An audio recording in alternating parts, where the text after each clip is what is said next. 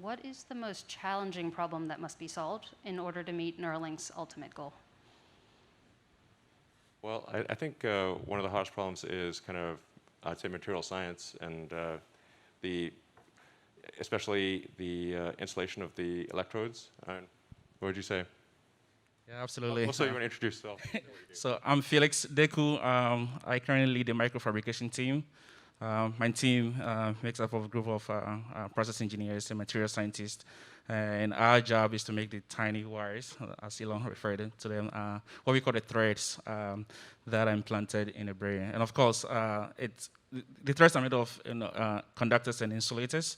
And choosing the right material that is amenable to the brain and compatible to the brain is something that our team have expertise on, and we work seriously on interface engineering just to make sure that our layers are actually well thought through, well designed, and at the end of the day, when we implant this device, they'll be actually functional for either reading or for writing in the brain.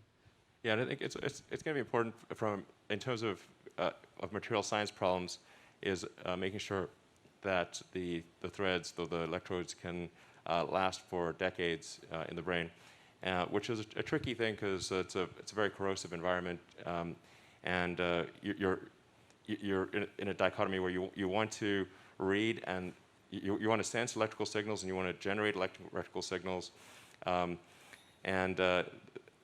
you don't want to corrode the electrodes over time. So you need to have an insulating layer that is very robust, but also very, very thin. It has to be just the right amount of insulation, and it has to stay that amount of insulation over time. So this is why I think we think probably like a silicon carbide type insulator is probably the best long term from a material science standpoint. But silicon carbide is a tough material to work with, but that's probably the right choice long term. Would you say? Yeah, I totally agree. And it's also, apart from its electrical properties, it also helps with adhesion between the metal layers and the polymer substrate. Another thing that we're also looking at is, since we're actually reducing the electric dimensions, the electric side, the actual side that actually speaks to the neuron, also have what we call high resistance to the signal. So we actually look into like material engineering that will reduce the impedance at that interface, so that we can actually have a very small electric side but still be able to speak clearly to the neuron. And when you guys say thin, how thin? How thin? So one strand of your hair is about 100 microns in diameter. We can think about dividing that into 20. So one of the thickness that we recognize is about 5 microns, and we have this possibility to go even thinner in the nearest future.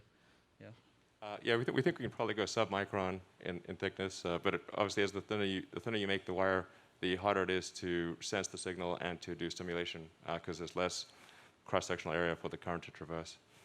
Yeah, in terms of upgrades, that's part of why I wanted to show the explanted plig, is to show that you can actually take the device out, and there's no observable behavior change. The pig is as happy as before and healthy, and I think this is going to be important for upgrades, because obviously if you get an early device, then by the time, let's say you get version 1, probably by the time we have version 3 or 4, you want to upgrade. You wouldn't want version 1 of a phone and 10 years later everyone's got version 3 or 4.